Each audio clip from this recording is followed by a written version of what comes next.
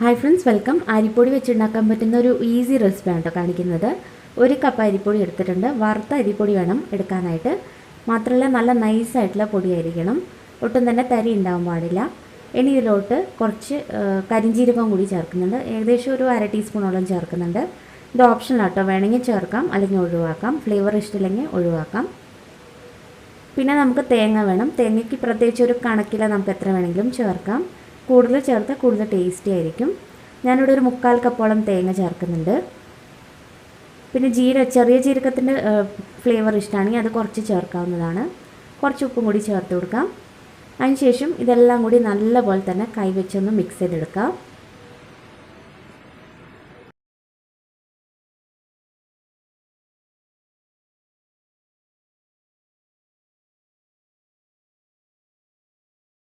അപ്പോൾ നന്നായിട്ട് നമ്മൾ മിക്സ് ചെയ്തെടുത്തു. ഇനി ഇത് കുഴച്ചെടുക്കാൻ വേണ്ടിയിട്ട് കുറച്ചൊരു ചൂടുള്ള വെള്ളം വേണം ഉപയോഗിക്കാനായിട്ട്. പച്ചവെള്ളം ഉപയോഗിക്കരുത്.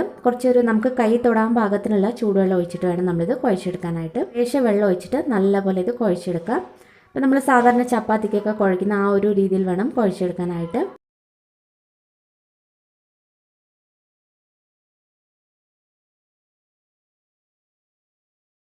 കുറച്ചൊരു സോഫ്റ്റ് ആക്കി എടുത്താൽ മതി. ഒരുപാടങ്ങ് ടൈറ്റ് ആക്കേണ്ട ആവശ്യമില്ല. അപ്പോൾ ആവശ്യത്തിന് വെള്ളം ഒഴിച്ച് നമുക്കിത് കുഴച്ചെടുക്കാം. അപ്പോൾ വെള്ളത്തിൻ്റെ കണക്ക് പ്രത്യേകിച്ച് നമുക്ക് പറയാൻ പറ്റില്ല, ഓരോ അരിപ്പൊടി എടുക്കുന്നതനുസരിച്ചിരിക്കും. അപ്പോൾ നമ്മളിത് നല്ലപോലെ തന്നെ കുഴച്ചെടുത്തിട്ടുണ്ട്. ഇതുപോലെയാണ് കുഴച്ചിരിക്കുന്നത്. ഇനി നമുക്കിതിൽ നിന്നും ചെറിയ ബോൾസ് ആക്കി ഷേപ്പ് ചെയ്തെടുക്കാം. അപ്പോൾ അതിനായിട്ട് നമുക്ക് ഒന്നെങ്കിൽ കയ്യിൽ കുറച്ച് ഓയിലോ അല്ലെങ്കിൽ വെള്ളം തൊട്ടതിന് ശേഷം ഇപ്പോൾ മാവ് എടുക്കുന്ന സമയത്ത് ഒരുപാട് അങ്ങ് വലുപ്പത്തിൽ എടുക്കേണ്ട ആവശ്യമില്ല. നമ്മൾ പൂരിക്കൊക്കെ എടുക്കുന്നേക്കാളും കുറച്ച് വലുപ്പത്തിൽ വേണം മാവ് എടുക്കാനായിട്ട്. അപ്പോൾ ഇത്രയും മാവെടുത്ത് ഇതുപോലെ ഒന്ന് ഷേപ്പ് ചെയ്തെടുക്കാം.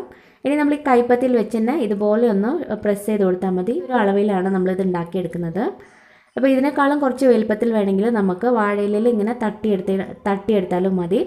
അപ്പോൾ അത് ഓരോരുത്തരുടെ ഇഷ്ടം പോലെ ചെയ്യാം. അപ്പോൾ കൈപ്പത്തിയിൽ തന്നെ ഇതുപോലെ ഒന്ന് പ്രസ് ചെയ്ത് കൊടുത്താൽ മതി. ഇനി നമുക്കിത് ഉണ്ടാക്കിയെടുക്കാനായിട്ട് ഇതിലേക്ക് ഒരല്പം ഓയിൽ നമുക്ക് തേച്ച് പിടിപ്പിക്കാം. വെളിച്ചെണ്ണ എടുക്കുന്നതായിരിക്കും ഏറ്റവും നല്ലത്. നല്ലൊരു ഫ്ലേവർ കിട്ടും.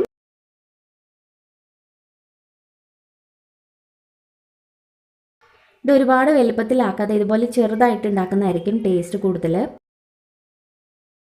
ഇതിന് ഈ മീഡിയം ഫ്ലെയിമിലിട്ടൊന്ന് കുക്ക് ചെയ്തെടുക്കാം. കുറച്ച് ഓയിലും കൂടി നമുക്ക് ഇതിൻ്റെ മുകളിലായിട്ട് തേച്ച് പിടിപ്പിക്കാം. അപ്പോൾ 2 സൈഡും തിരിച്ചും മറിച്ചിട്ടൊന്ന് കുക്ക് ചെയ്തെടുക്കാം.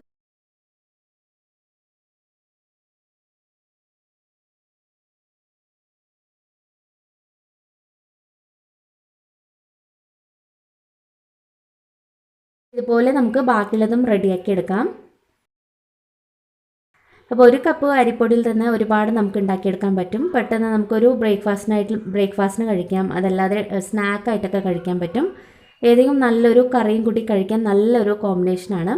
ഉറപ്പായിട്ടും ഈ ഒരു റെസിപ്പി ട്രൈ ചെയ്തിട്ട് അഭിപ്രായങ്ങളൊക്കെ അറിയിക്കുക. വീഡിയോ ഇഷ്ടപ്പെട്ടാൽ ലൈക്ക് ചെയ്യാനും സബ്സ്ക്രൈബ് ചെയ്യാനും മറക്കരുത്. താങ്ക്